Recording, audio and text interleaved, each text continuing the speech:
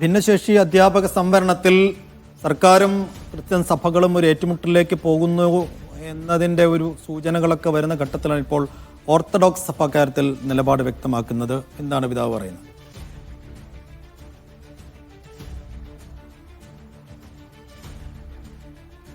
സൈഫുദ്ദീൻ, ഭിന്നശേഷി അധ്യാപക നിയമനവുമായി ബന്ധപ്പെട്ടുകൊണ്ട് വിദ്യാഭ്യാസ മന്ത്രി ശിവൻകുട്ടി നിയമസഭയുടെ അകത്തും പുറത്തും പറഞ്ഞ ചില പ്രസ്താവനകൾ വലിയ രീതിയിൽ ക്രൈസ്തവ മാനേജ്മെൻറ്റുകൾ അതിനെതിരെ രംഗത്ത് വന്നിട്ടുണ്ട്. നേരത്തെ കഴിഞ്ഞ ദിവസം കത്തോലിക്ക സഭയും അതോടൊപ്പം CSI സഭയും അടക്കം ഈ വിഷയത്തിൽ പ്രതികരണങ്ങൾ നടത്തിയതാണ്. ഭിന്നശേഷി സംവരണത്തിന് ക്രൈസ്തവ സഭാ മാനേജ്മെൻറ്റുകൾ എതിര് നിൽക്കുന്നു എന്നുള്ളതായിരുന്നു പ്രധാനമായും മന്ത്രിയുടെ ആക്ഷേപം. കൂടാതെ കൃത്യമായ സമയത്ത് സുപ്രീം കോടതിയെ സമീപിക്കാതെ സർക്കാർ സംവിധാനത്തെ മുഴുവൻ അടച്ചാക്ഷേപിക്കുന്നുവെന്നുമായിരുന്നു മന്ത്രിയുടെ ഈ പ്രസ്താവനയാണ് മാനേജ്മെൻറ്റുകളെ ചൊടിപ്പിച്ചത്. ഇതിനിടെയാണ് ഇപ്പോൾ ഓർത്തഡോക്സ് സഭയും ഈ വിഷയത്തിൽ നിലപാട് വ്യക്തമാക്കിയിരിക്കുന്നത്. അനാവശ്യമായ പ്രതിസന്ധി ഈ വിഷയത്തിൽ സർക്കാർ സൃഷ്ടിക്കുകയാണ് എന്നാണ് കോട്ടയം ഭദ്രാസനാധിപനും ഓർത്തഡോക്സ് സഭയുടെ മാധ്യമവിഭാഗം തലവനുമായ മോർ ദിയോസ്കോറോസ് മെത്രോപൊലിത്ത മീഡിയ വണ്ണിനോട് പറഞ്ഞത്. ഈ വിഷയത്തിൽ രമ്യമായ ഒരു പരിഹാരം ഉണ്ടാകണമെന്നാണ് ബിഷപ്പ് ആവശ്യപ്പെടുന്നത്. കൂടാതെ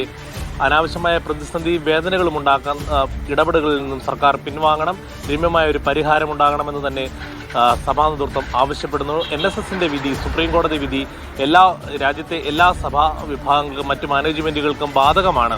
അത് NSSന്റെ മാത്രമായി ചുരുക്കി സർക്കാർ പറയുന്നത് ഒരു ജനാധിപത്യ സർക്കാരിൻ്റെ ഭൂഷണമല്ല.